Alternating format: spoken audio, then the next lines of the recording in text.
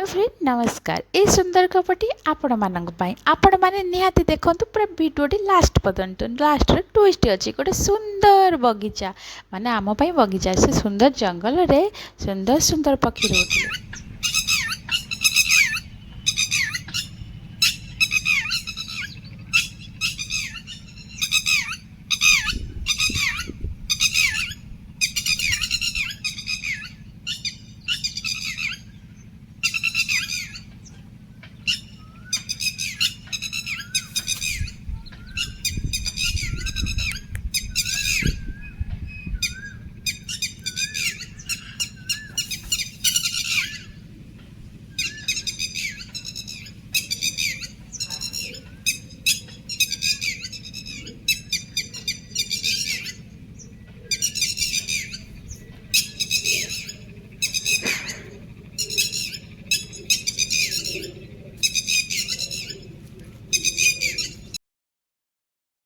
सुंदर सुंदर पक्षी मान भितर अन्यतम कौन जानी रंगसेना कला बुद्धि प्रचंड सी हूँ कुआ। कुआ बहुत परिश्रमी आउ दूरदर्शा सी भविष्य किसी प्लानिंग करी तार कर्म लगी पड़ा।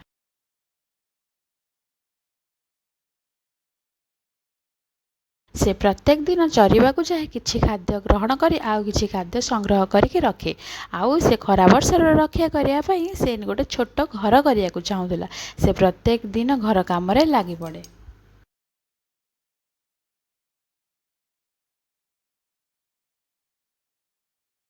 से जंगल रे गछरे आ गोटे कोढ़िया मांकड़ रोला जे कि ता मुंडरे पशिला मु सबुदिन खाइबी खेलिबी मस्ती करी से मांकड़टी आसी कुआ को कहला तू प्रत्येक दिन कम कहीं जाऊँ तू आसुन मो सांगे डाल को डाल डेईकी खेलिबा।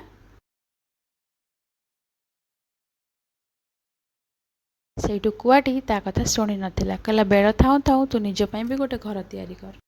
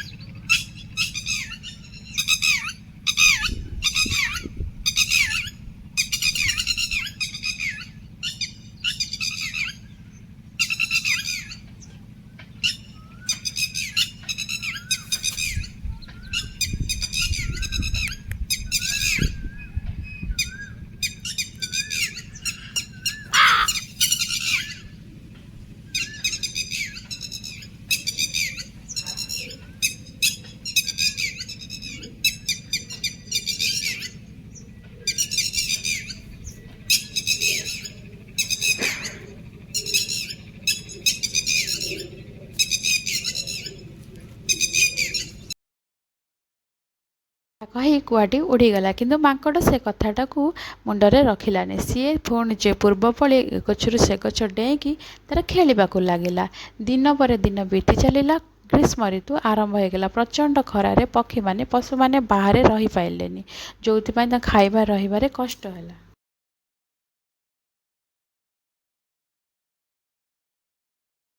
किंतु परिश्रम करिथिबा कुआटी सुंदर घरे रेस्ट नेकी खरा गड़ीगला पर सी काम बाहरी जाए कि अन्य जीव माने जी घर कर सी रेस्ट करती।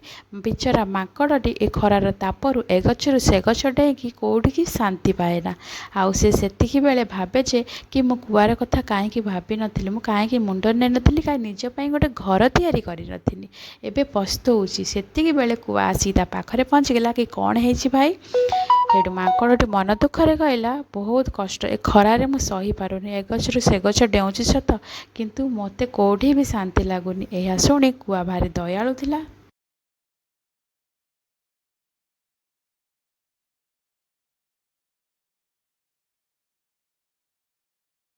आउ सी कुआ कहला तमें चिंता करना मु जो छोटिया घर बनईची से घरे आम समस्त जगह धरी जीव आउ तमें मो सांगरे चल ए खरार तापरू मोरी घरे रेस्ट कर।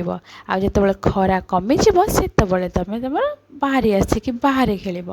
ଏହା କହି ସମସ୍ତେ କଥାବାର୍ତ୍ତା ହେଇ କୁଆ କରିଥିବା ସେଇ ଛୋଟ ଘରକୁ ସୁନ୍ଦର ଘରକୁ ସମସ୍ତେ ଗଲେ। ଆଉ ସେଇ ଘରେ ସମସ୍ତେ ରେଷ୍ଟ କଲେ। ଆଉ କୁଆ ରଖିଥିବା ଖାଦ୍ୟ ସଂଗ୍ରହ କରିକି ସମସ୍ତେ ଖାଇଲେ। ସେଇଠୁ ମାଙ୍କଡ଼ଟି ଚିନ୍ତାରେ କଲା, ଯଦି ମୁଁ କୁଆର କଥା ଆଗରୁ ଶୁଣିଥାନ୍ତି ତାହେଲେ ଏଇ ଅବସ୍ଥା ହେବାକୁ ପଡ଼ିନଥିଲା, ମୁଁ କାହା ଦୟାର ପାତ୍ର ହୋଇନଥାନ୍ତି। ବେଳ ଥାଉଁ ଥାଉଁ ଯଦି ନିଜ ପାଇଁ ଆପଣ ଘରଟେ ନ କରିବେ, ନିଜ ପାଇଁ କିଛି ପଇସା ସେଭିଂ ନ କରିବେ, ଏମିତି ଅନ୍ୟର ପାତ୍ର ହୋଇକି ରହିବେ, ଅନ୍ୟ ଆଖିରେ ଛୋଟ ହୋଇକି ରହିବେ।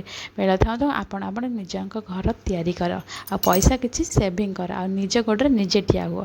ଭିଡ଼ିଓଟି କେମିତି ଲାଗିଲା ଆପଣ କମେଣ୍ଟ ସେୟାର କରିବେ, ନିଶ୍ଚୟ ସବସ୍କ୍ରାଇବ୍ କରିବେ। ଜୟ ଜଗନ୍ନାଥ।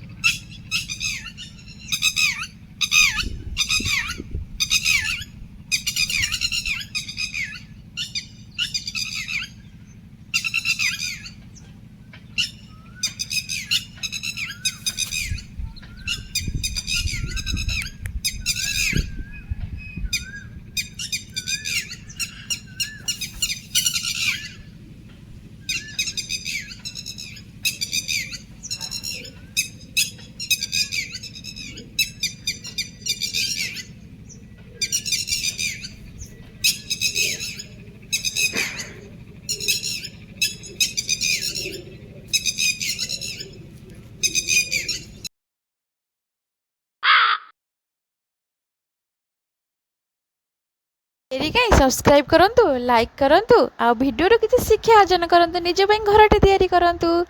ଜୟ ଜଗନ୍ନାଥ। ଜଗନ୍ନାଥ ସମସ୍ତଙ୍କୁ ଖୁସିରେ ରଖନ୍ତୁ। Thank you for watching this video.